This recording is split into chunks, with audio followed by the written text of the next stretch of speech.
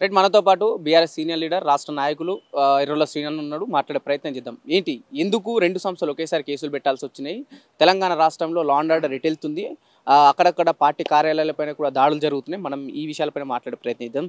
అన్న ముందుగా చెప్పండి, ఎందుకు పార్టీ కార్యాలయాలపైన అక్కడక్కడ దాడులు జరిగినా కూడా పోలీసు వ్యవస్థ కావచ్చు లేకపోతే పోలీసు అధికారులు ఎందుకు పట్టించుకుంటలేరంటే ఏం చెప్తారు?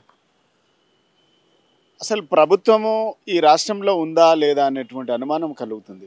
ఎందుకనంటే ప్రభుత్వము చేయాల్సినటువంటి పనులు చేయకుండా, ప్రభుత్వము అధికారంలోకి రావడానికి ముందు కాంగ్రెస్ పార్టీ ఇచ్చినటువంటి హామీలను అమలుపరచకుండా, దృష్టి వాటిపైన పెట్టకుండా ఇలా డైవర్ట్ పాలిటిక్స్ చేస్తుంది, అటెన్షన్ డైవర్ట్ చేస్తూ ఉన్నది. అంటే ఇది ఎందుకు అనంటే కేవలం బీఆర్ఎస్ పార్టీ నాయకులంతా 6 గ్యారంటీలపైన 420 హామీలపైన మాట్లాడుతున్నందుకు ఈ అటెన్షన్ డైవర్షన్ చేస్తూ ఉంది. ఎందుకనంటే ముందుగానేమో కాళేశ్వరం ప్రాజెక్టు మీద డైవర్ట్ చేసి రాజకీయాలను కొద్ది రోజులు నడిపించారు. తర్వాత ఫోన్ ట్యాపింగ్ మీద కొద్ది రోజులు నడిపించారు. తర్వాతనేమో హైడ్రా పేరు మీద కొద్ది రోజులు డ్రామా నడిచింది. కొద్ది రోజులేమో మూసీ నదిపై నడిచింది. కొద్ది రోజులేమో లగచల్ర మీద నడిచింది. కొద్ది రోజులేమో ఇలా ఏసీబీ ఈడీ కేసుల మీద డైవర్ట్ పాలిటిక్స్ నడుస్తుంది.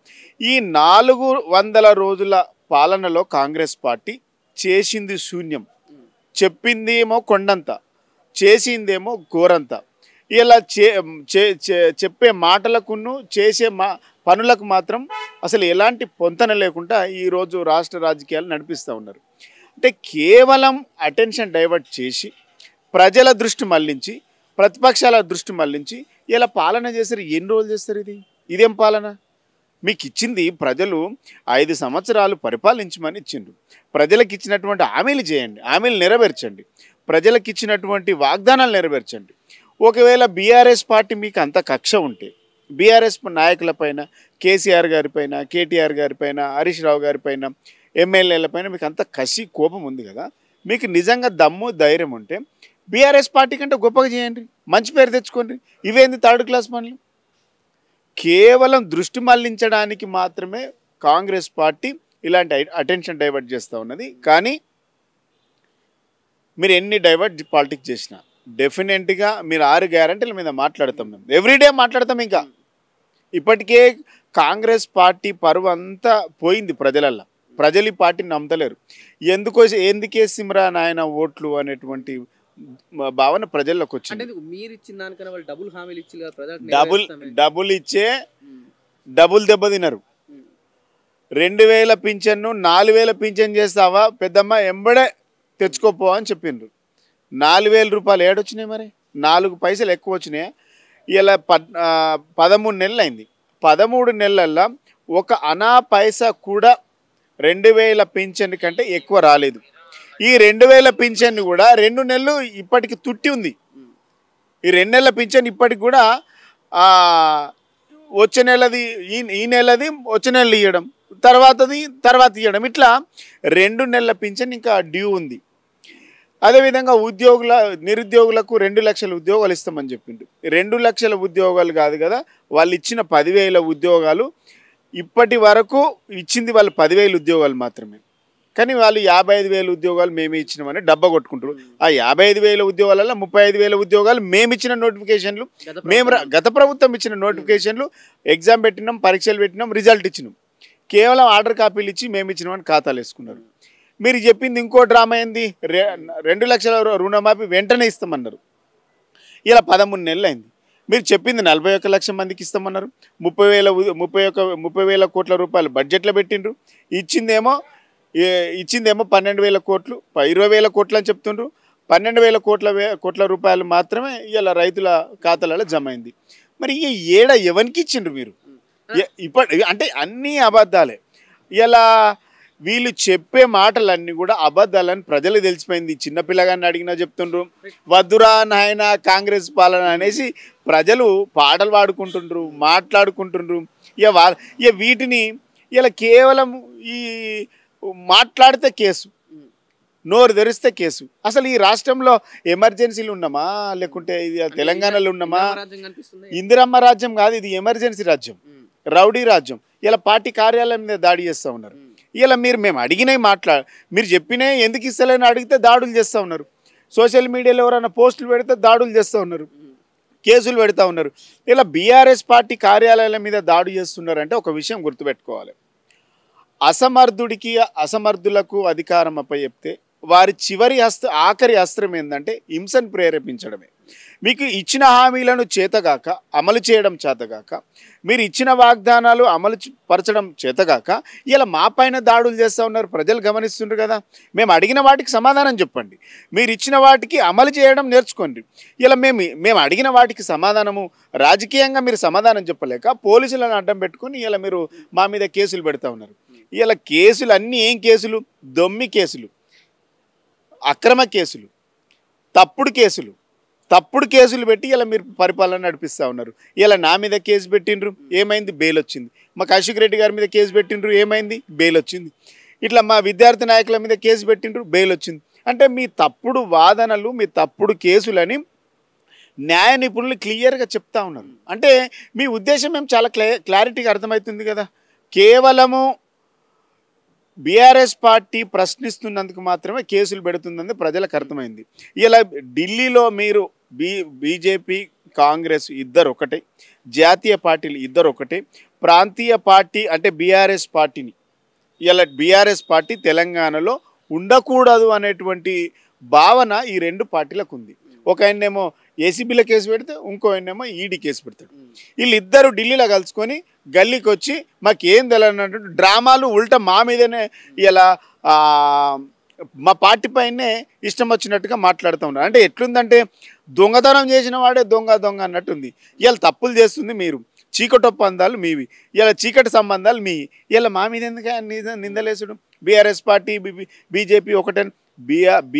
బీజేపీ కాంగ్రెస్కు అటాచ్డ్ పార్టీ 100%. ఇలా ఢిల్లీలో కాంగ్రెస్ నాయకులు, సీఎం, మంత్రులు అందరూ కలిసిన తర్వాతనే హైదరాబాద్కు వచ్చే వరకు ఏసీబీ కేసు ఫైల్ అయింది, ఎఫ్ఐఆర్ అయింది. అది గుర్తుపెట్టుకోవాలి. అంటే ఢిల్లీ నుంచే చక్రం దింపుతూ ఉన్నారు. ఇలా ఢిల్లీ నుంచి బీజేపీ మద్దతుతోనే ఇలా ఏసీబీ కేసులు కానీ ఈడీ కేసులు కానీ పెడతా ఉన్నారు. మేము ఏ తప్పు మా నాయకులు చేయలేదు, డెఫినెట్గా కడిగిన ముత్యంలో బయటకు వస్తాం. కానీ ఇది ప్రజలు గమనిస్తున్నారు.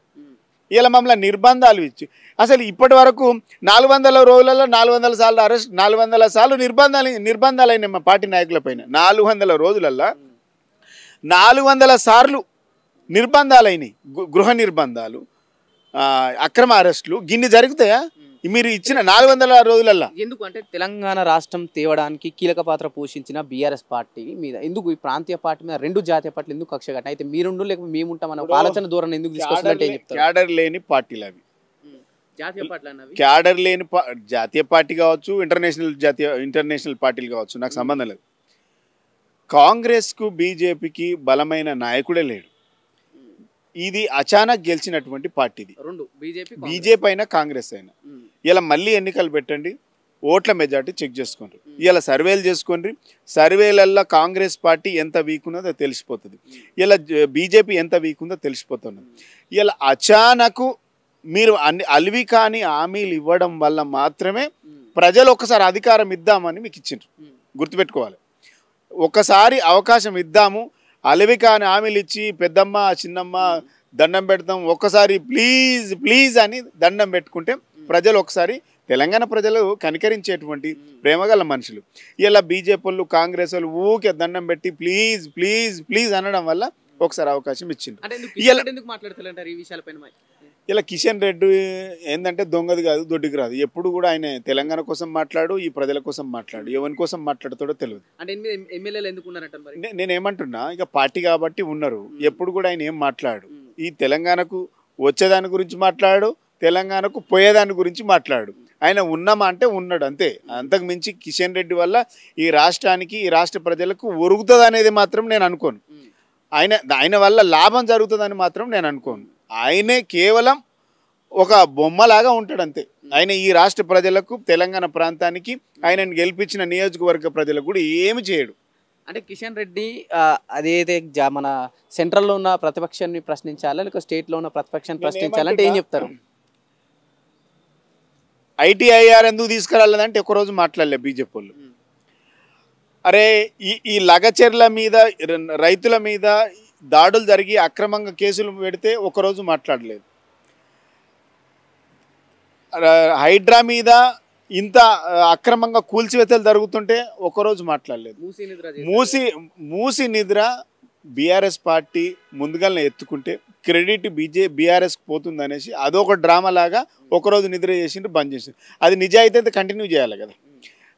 మూసి మీద బాధితులందరూ వచ్చి బీఆర్ఎస్ భవన్కి వస్తే ఒకరోజు కూడా మరి అరే మూసి ఆయన నియోజకవర్గంలో ఉంటుంది, అరే ఒకరోజు కూడా మరి మూసి బాధితులను పరామర్శించలే, వాళ్ళ గురించి ఈడ మాట్లాడలే, ఢిల్లీలో మాట్లాడలే. మరి వీళ్ళంతా కాంగ్రెస్ బీజేపీ కలిసిపోయిందని చాలా క్లియర్గా అర్థం. ఒక ఆయన ఏమో ముఖ్యమంత్రి చేసి సూపర్ చేసిండు, మేము అప్రిషియేట్ చేస్తున్నా అంటాడు. అరే నువ్వు ముఖ్యమంత్రి చేసిన తప్పుల గురించి కూడా బండి సంజయ్ అంటే మంత్రి ఉంటాడు.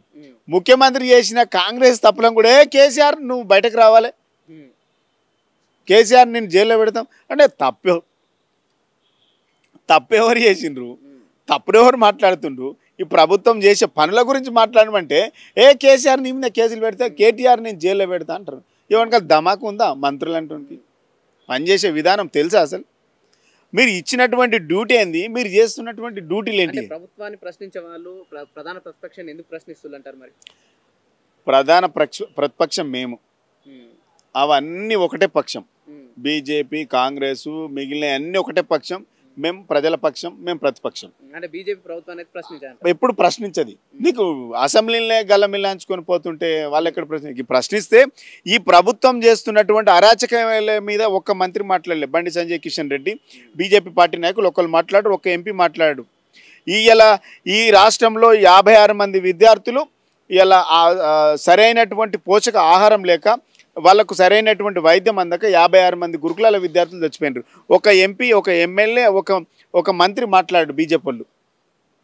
ఇలా సరైన పోషకాహారం లేక 1000 మందిగా విద్యార్థులు హాస్టల్లో వసతులు బాగాలేక హాస్పిటల్ల పాలైన అనారోగ్యానికి గురైన వాళ్ళ గురించి మాట్లాడరు. రైతులు ఇప్పటికీ 100 మంది చనిపోయినారు. ఇప్పటి వరకు ఒక్కళ్ళు మాట్లాడరు. 89 మంది ఆటో డ్రైవర్లు చనిపోయినారు. ఇప్పటి వరకు ఒక్కరు మాట్లాడరు. 36 మంది చేనేత కార్మికులు చనిపోయినారు. ఇప్పటి వరకు ఒక్కరు మాట్లాడరు. మరి ఎందుకు మాట్లాడరు అంటే మీరు కాంగ్రెస్ పార్టీ బీజేపీ ఒకటి కాకపోతే ఇన్ని మరణాలు ఆత్మహత్యలు తెలంగాణ ప్రాంతంలో జరుగుతూ ఉంటే మీరు ఎందుకు మాట్లాడతలేరు? అంటే మీరు బీజేపీ ఒకటే అని చాలా క్లియర్గా అర్థమవుతుంది కదా. ఇలా మా మీద ఎందుకు నిందలు? చీకటి ఒప్పందాలు మీవి, చీకటి పనులు చేసేది మీరు. ఢిల్లీ ఈడ ఒకటే ఆడ ఒకటే మీరు. ఇలా బీజేపీ కాంగ్రెస్ కనసల్లల్లో మాత్రమే కేసులు, ఈడీ కేసులు కానీ ఏసీబీ కేసులు కానీ పెడతా ఉన్నారు. ఇలా కాంగ్రెస్ పార్టీ బీజేపీ పార్టీ రెండూ ఒకటే. బీఆర్ఎస్ పార్టీని ఈ తెలంగాణ ప్రాంతంలో లేకుండా చేయాలనేటువంటి ఒక కుట్రపూరితమైనటువంటి విధానాలు ఎజెండాగా చేసుకొని ఇలా మా పైన అక్రమంగా కేసులు పెట్టి ఇలా కేసులు పెట్టడం వల్ల బీఆర్ఎస్ పార్టీ నాయకులపైన కార్యకర్తలపైన కేసులు పెడితే బీఆర్ఎస్ పార్టీ క్యాడర్ అంతా ఆత్మస్థైర్యం కోల్పోతుంది, మానసికంగా దెబ్బతీయచ్చు అనేటువంటి మానసిక ఆనందం పొందుతూ ఉన్నారు వాళ్ళు. అరే అంతే. కానీ గుర్తుపెట్టుకోవాల్సింది ఏంటంటే BRS party cadre, BRS party లీడర్స్కి కేసులు కొత్త కాదు, అరెస్టులు కొత్త కాదు, నిర్బంధాలు కొత్త కాదు. అరే మేము ఉద్యమాలు చేసినాడు మీరంతా లేరు, అడ్రస్ లేరు, మీరంతా ఆంధ్రోల దగ్గర ఆ అడుగులకు మడుగులు ఒత్తుకుంటూ కూర్చున్నారు. ఆ రోజు మేము ఉద్యమాలు చేస్తే ఇలా మీకు ఉద్యోగాలు వచ్చినాయి. ఇలా కేసీఆర్ దయ వల్ల మీరంతా క్యాబినెట్లో ఉన్నారు. ఇలా కేసీఆర్ లేకుంటే మీ అందరికి పదవులు లేవు. కేసీఆర్ లేకుంటే ఇలా తెలంగాణ లేదు. తెచ్చిన తెలంగాణను మేము ఇలా విచ్చలవిడిగా ఇలా చిన్నాభిన్నం చేసి చింద్రం చేసి తెలంగాణను విధ్వంసం చేస్తున్నది, కుట్ర చేస్తుంది మీరు. ఇలా ప్రజలు గమనిస్తూ ఉన్నారు. అరే నోరు తెరిస్తే కేసులు అండి, తెల్లారితే కేసులు. ఇలా ఇళ్లలో వండుకునే పరిస్థితి లేదు. ఇలా ఎప్పుడు అరెస్ట్ చేస్తారో తెలియదు, ఏ కేసు పెడతారో తెలియదు. ఇలా నీతో మాట్లాడితే కేసు, ఇలా దీంట్లోకి వెళ్ళి పాయింట్లు తీసుకుంటారు. ఇదేం కేసు అంటే సోనియమ్మ 6 గ్యారంటీలు ఇచ్చింది, 7వ గ్యారంటీ కింద ఈ తెలంగాణ ప్రజలకు డెమోక్రసీ ఇస్తా, ప్రజాస్వామ్యాన్ని కల్పిస్తా, స్వేచ్ఛని ఇస్తా, హక్కులను ఇస్తా అన్నాడు. ఇలా 7వ గ్యారంటీ అమలు కాదు కదా, దాన్ని పూర్తిగా ఆగం చేస్తుండ్రు. ఇలా భారత రాజ్యాంగం కల్పించినటువంటి ప్రాథమిక హక్కులను కాలరాస్తున్నారు. ఇలా మాట్లాడే స్వేచ్ఛ లేదు, ఇలా ప్రశ్నించే హక్కు లేదు. ఇవన్నిటినీ ఈ హక్కులకు భంగం కల్పిస్తుంది కాంగ్రెస్ ప్రభుత్వం. ఫైనల్ ఒక క్వశ్చన్ అన్న, స్థానిక సంస్థల ఎలక్షన్ గురించి అడుగుతున్నా. దాదాపు సంవత్సర కాలంగా సర్పంచ్ పదవి కాలం అయిపోయింది, ఖాళీగా ఉన్నారు. మనం ఈ నిన్న మొన్న సంక్రాంతికి ఇంటికి వెళ్తే దోమలు కావచ్చు, లేదంటే అక్కడ డ్రైనేజ్ వ్యవస్థ కావచ్చు, పూర్తిగా నాశనమైన పరిస్థితి కనిపిస్తుంది. ఎందుకు అధికార పాలన ఇంకా ఉంచాల్సి వస్తుంది? వాళ్ళకి దాదాపు 3-4 నెలల నుంచి జీతాలు ఎందుకు ఇస్తలేరు? గతంలో బీఆర్ఎస్ ప్రభుత్వం ఉన్నప్పుడు నెల నెలకు ఆ ఫండ్స్ కావచ్చు, లేకపోతే కార్మికులకు జీతాలు పడేవి. ప్రస్తుతం దాన్ని ఎందుకు పట్టించుకుంటలేదు పల్లెటూరు అంటే ఏం చెప్తారు? అసలు పట్టణాలకు అభివృద్ధికి నిధులు పెడతలేరు, పల్లెలలో నిధులే లేవు. అసలు పట్టణ గ్రామీణ ప్రాంతాలను కంప్లీట్గా వదిలేసిండు. గ్రామాలలో ఒక్క రూపాయి డెవలప్మెంట్ లేదు. స్ట్రీట్ లైట్ పోతే వేసే దిక్కు లేదు, డ్రైనేజీ వ్యవస్థ బాగలేదు, వాటికి ఖర్చే లేదు, అసలు ఖర్చు పెట్టే పరిస్థితి లేదు. గతంలో ఎవరైతే ఉన్నటువంటి విలేజ్ సెక్రటరీ, విలేజ్ సర్పంచ్ ఎవరైతే ఉన్నారో సొంతంగా 2 నుంచి 3 లక్షలు 5 లక్షల దాకా ఖర్చు పెట్టుకున్నారు. ఆ అప్పులు రిటర్న్ ఇచ్చే పరిస్థితి లేదు ఈ ప్రభుత్వం దగ్గర. అప్పులు పెట్టుకున్నాం, పదవి పోయింది. ఇలా సెక్రటరీది అదే పరిస్థితి ఉంది, సర్పంచ్ది అదే పరిస్థితి. వాళ్ళ డబ్బులు తిరిగి అప్పు సొంతం జేబులకి వెళ్ళి అప్పు చేసినటువంటి డబ్బులను కూడా తిరిగి ఇవ్వాలనే పరిస్థితి. ఒకరిద్దరు చనిపోయినట్టుగా ఉన్నారు, అంటే చాలా వరకు కూడా చనిపోయినరు. అంటే ఇలా విలేజ్లో డెవలప్మెంట్ శూన్యం అయిపోయింది. ఇలా విలేజ్లలో దోమలు, ఇలా దోమల మందు కొట్టేటోళ్ళు లేరు, డ్రైనేజీలు తీసేటోళ్ళు లేరు, డ్రైనేజీలు తీస్తున్నటువంటి పారిశుద్ధ కార్మికులకు జీతాలు లేవు. అసలు జీతాలే లేవు వాళ్ళకు. అంగన్వాడీలకు జీతాలు లేవు, ఆశా వర్కర్లకు జీతాలు లేవు. మీరు ఎవరి కోసం బాగుపడుతుండ్రు? మీకు అందిన కాడికి దోసుకున్నారు. మొత్తం ఈ రాష్ట్రంలో అన్ని శాఖలలో కరప్షన్ ఉంది. ఇలా కరప్షన్ కేసు మా మీద కట్టి పెట్టాల్సింది, కాంగ్రెస్ మంత్రుల మీద, కాంగ్రెస్ క్యాబినెట్ మీద పెట్టాలి. మొత్తం క్యాబినెట్ అంతా కూడా అయోమయం, అస్తవ్యస్తం, అవినీతిమయం, అందిన కాడికి దోసుకుంటూ ఉన్నారు. ఇలా పల్లెలన్నీ కూడా, పచ్చని పల్లెలన్నీ కూడా విధ్వంసం చేసిండ్రండి. ఇలా పల్లెలలో ఇలా మొన్న పల్లె ప్రగతి లేదు, పట్టణ ప్రగతి లేదు, అవన్నీ పక్కన పెట్టి ఇలా మీరేదో గొప్పగా చేస్తారంటే, ఇలా మీరు గ్రామీణ ప్రాంతాల్లో మొన్న సంక్రాంతి పోయినటువంటి వాళ్ళని అడిగితే చెప్తారు, గ్రామీణాల్లో స్ట్రీట్ లైట్ లేవు, కనీసం పారిశుద్ధ కార్మికులు పనిచేయడం లేదు, ఎందుకంటే వాళ్ళకి జీతాలు ఇస్తలేరు. ఇలా మొత్తం తెలంగాణ ఒకప్పుడు పచ్చని తెలంగాణ పల్లెలలో అనేక అవార్డులు వచ్చినాయి సెంట్రల్ నుంచి. ఇలా వీటిని చూస్తే ఎట్లయిపోయిందంటే కంప్లీట్గా తెలంగాణ ఒక విధ్వంసం జరిగిపోయింది అన్నటువంటి భావన 1 ఇయర్లో తీసుకొచ్చిండు. గొప్ప పరిపాలన మీది. అంటే గతంలో బీఆర్ఎస్ పార్టీ ఉన్నప్పుడు పల్లెల గురించి ప్రధానంగా ఒక కార్యక్రమం తీసుకుంది, పల్లె ప్రగతి ఒక పేరుతో. కానీ ఆ పల్లె ప్రగతితో ఉపాధి హామీ కింద వాళ్ళకి పని కల్పించింది కదా. ఇప్పుడు ఆ పల్లె ప్రగతి ఎటుపోయిందంటే ఏం చెప్తారు? ఇప్పుడు మీరు ఎన్ఆర్హెచ్జిఎస్ కింద 400 రూపాయలు ఇస్తామని చెప్పిండ్రు. ఎవరికి ఇచ్చిర్రు? 1 రూపాయి అందుతలేవా? అసలు ఇచ్చుండ్రా అంటున్నా. పని దినాలు పెంచుతామని చెప్పారు, పని వేతనం పెంచుతామన్నారు. దాని మీద రివ్యూ జరిగిందా? ఇప్పటి వరకు వాటిపైన రివ్యూ జరిగిందా? ఈ రాష్ట్రంలో అత్యాచారాలు జరుగుతున్నాయి, వాటిపైన రివ్యూ ఉందా? ఇలా హైదరాబాద్లో లా అండ్ ఆర్డర్ కంప్లీట్గా దెబ్బతిన్నది, వాటిపైన రివ్యూ ఉందా? ఇలా గురుకులాల్లో 56 మంది విద్యార్థులు చచ్చిపోయినారు, వాటిపైన రివ్యూ ఉందా? ఎడ్యుకేషన్ పైన రివ్యూ ఉందా? హెల్త్ పైన రివ్యూ ఉందా? సంక్షేమం పైన రివ్యూ ఉందా? హోంశాఖ పైన రివ్యూ ఉందా? దేని మీద ఉంది రివ్యూ? పట్టణ ప్రగతి మీద రివ్యూ ఉందా? పల్లె ప్రగతి పైన రివ్యూ ఉందా? దేని మీద ఉంది రివ్యూ? మీకు ఎక్కడైతే డబ్బులు రావాలనో అక్కడ రివ్యూలు చేస్తున్నారు మీరు. ఇలా మొత్తం తెలంగాణ పల్లెలన్నీ మొత్తం చింద్రం చేసి పడేసిండ్రు 1 ఇయర్లో. ఇలా ఏ ఊర్లకు పోయినా ఎక్కడ వేసిన గొంగలు అక్కడనే ఉంది. ఇలా మీరు కనీసం ఎలక్షన్ పెట్టుకోలేని దుస్థితిలో ఉన్నారు. మీకు నిజంగా అన్నీ చేస్తే మీరు ఎలక్షన్ ఎందుకు పోతట్లేదు? ఎలక్షన్ ఇలా డేట్ అయిపోతాక 3-4 నెలలు అయిపోయింది, ఎందుకు పోతలేరు మీరు? అంటే వాళ్ళు క్లారిటీ ఉన్నారు, మాకు సీట్లు రావని. 100% వాళ్ళకు ఎలక్షన్ పోతే సీట్లు రావు కాబట్టి వాళ్ళు ఏం చేయాలో అర్థమైతలేదు. ఇలా కులగణన పెట్టిండ్రు, కనీసం దాని రిపోర్ట్ ఉందా? మీరు సర్వే చేయించిండ్రు, దాని రిపోర్ట్ ఉందా? అసలు ఈ ప్రభుత్వం గిన్ని హామీలు ఇచ్చింది, గిన్ని ప్లానింగ్లు చేసుకుంటారు కదా, ఒక్కదాని మీద మీ దగ్గర విత్ డాటా ఉందా? క్లారిటీ ఉందా? అంటే మీకు ఏజెండా లేదు. ఒక పని చేసేటువంటి మీ దగ్గర ఒక పని చేస్తున్నటువంటి విధానము, ఒక ప్లానింగు, మీ ప్లానింగే లేదు. ప్రభుత్వము ఈ ప్లానింగ్ చేస్తే ప్రజలకు లాభం జరుగుతుంది అనేటువంటి ఒక ప్లానింగ్ లేకుండా అన్ప్లానింగ్లా వెళ్తూ ఉన్నారు. అందరు స్కామర్సే, ప్లానర్స్ ఎవరు లేరు. అందుకే ఇలా మొత్తం కుదేలైంది. హైదరాబాద్లో రియల్ ఎస్టేట్ పడిపోయి సంవత్సరం అయిందండి.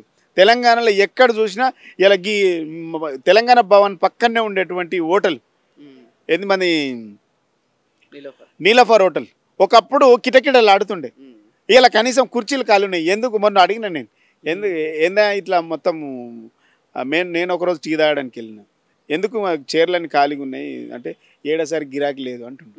ఒకప్పుడు నీలఫార్ కిటకిటలాడుతుండే. ఎందుకు అని అంటే గిరాకీ లేదు సార్, ఎవరు వస్తలేరు. అప్పుడు గంటలు గంటలు కూర్చొని మాట్లాడేటోళ్ళు, మాకు గిరాకీ ఎక్కుతుండే, కుర్చీ దొరకపోతుండే. ఇలా కనీసం వచ్చేటోడు దిక్కులేడు, సగం చీరలు ఖాళీ ఉంటున్నాయి అంటుండే. ఇలా ఏవి నడుస్తున్నాయి? ఒకటి మందు గిరాకీ ఉంది, ఒకటి హాస్పిటల్ గిరాకీ ఉంది, ఒకటి మెస్ గిరాకీ ఉంది. 3 తప్ప ఇంకేది లేదు. రాష్ట్రం అంతా కుదేలైపోయింది. ఒకటి హాస్పిటల్, రోగాల బారిన పడి హాస్పిటల్ పాలవుతున్నారు. ఇలా విపరీతంగా ఫుడ్ తిని హాస్పిటల్ పాలవుతున్నారు. హోటల్ ఒకటి గిరాకీ ఉన్నది.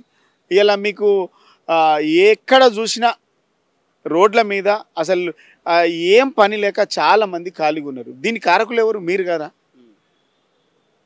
ఇలా మొత్తం అస్తవ్యస్తం చేసింది మీరు కదా, మీ పాలన కాదా?